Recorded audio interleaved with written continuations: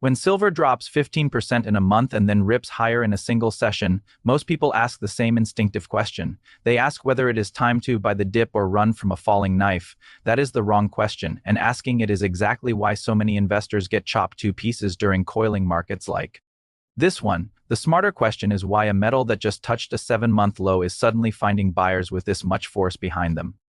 Because the answer to that question tells you whether what you are watching is a bounce inside a bigger decline or the compression phase right before a genuine breakout.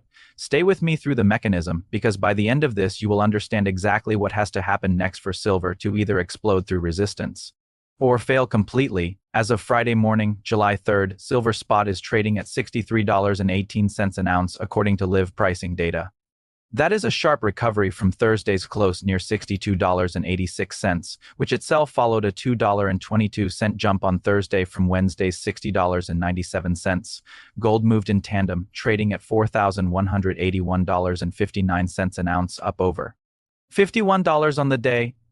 The catalyst was Thursday's non-farm payrolls report, which showed the United States economy added just 57,000 jobs in June against a forecast near 115,000, with April and May revised down by a combined 74,000 jobs. That is the weakest quarter of hiring in months, and CME Group's FedWatch tool immediately repriced the odds of a September rate move, with hike expectations falling from around 67% to roughly 50% within hours.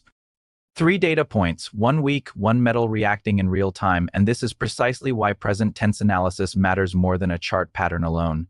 Now here is where we have to slow down, because you cannot understand what happens next in silver without understanding the mechanism underneath it. Think of the silver market right now as a sealed pressure vessel sitting on top of 2 independent gauges, one measuring monetary pressure and one measuring physical pressure, and both are rising at the same time.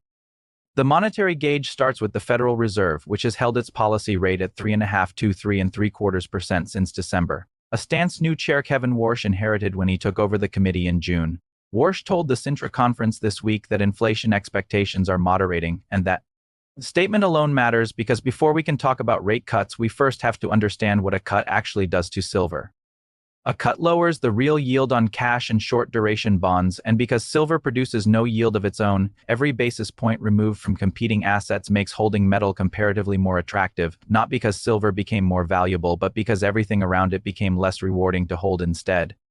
This only makes sense once you see that Thursday's weak jobs data functions as a lever, pulling down rate cut resistance, which pulls down the opportunity cost of holding silver, which is the entire reason the metal moved before any mining or industrial headline appeared at all. The second gauge, the physical one, is separate and arguably more structurally important.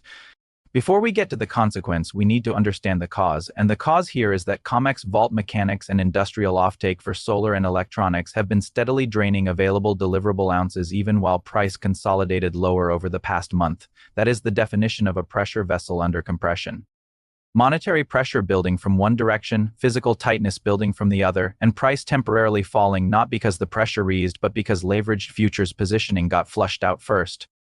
When both gauges rise together and price still falls, you are not watching weakness, you are watching a coil being wound tighter.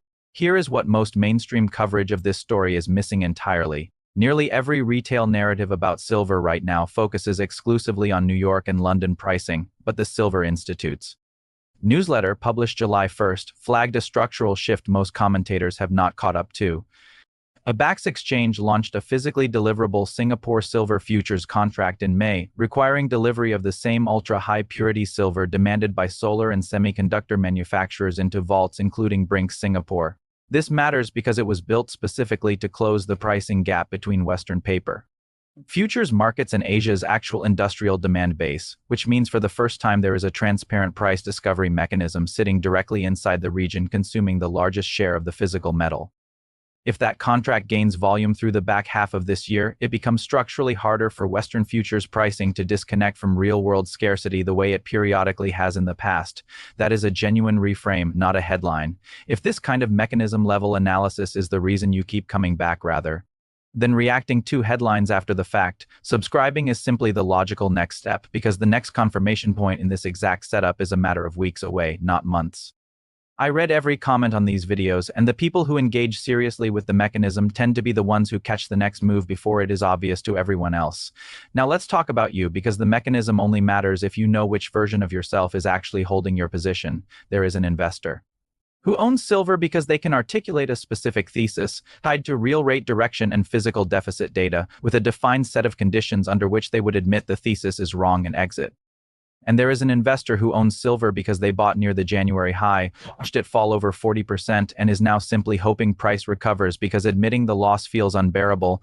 Both investors will say the exact same words if you ask them why they are still holding, but only one of them has a plan for what happens if July's data breaks the wrong way.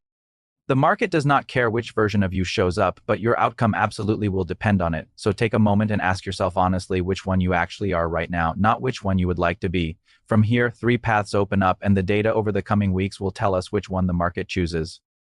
In the first scenario, the July 28th and 29th Federal Open Market Committee meeting delivers dovish language, and the September 15th and 16th meeting follows with an actual rate cut, sending real yields lower while physical deficits persist, a combination that could push silver back toward the $70-80 range as the monetary and physical gauges compress together. In the second scenario, inflation data between now and September proves stickier than expected. The Fed holds through both meetings, and silver chops sideways in a $55 to $65 range, while the physical deficit quietly builds pressure for a delayed move later in the fourth quarter. In the third scenario, escalation around the Strait of Hormuz reverses its recent de-escalation and oil spikes again, reintroducing inflation risk that forces the Fed to stay restrictive even as safe haven demand pulls silver higher independently of rates, a scenario that could produce sharp, volatile moves in both directions before settling. I am not going to tell you which of these is more likely, because the honest answer is that nobody knows yet, and anyone claiming certainty right now is selling you confidence they do not actually have. What I can tell you is that the July 29th Fed decision and the following jobs and inflation prints will materially narrow these paths.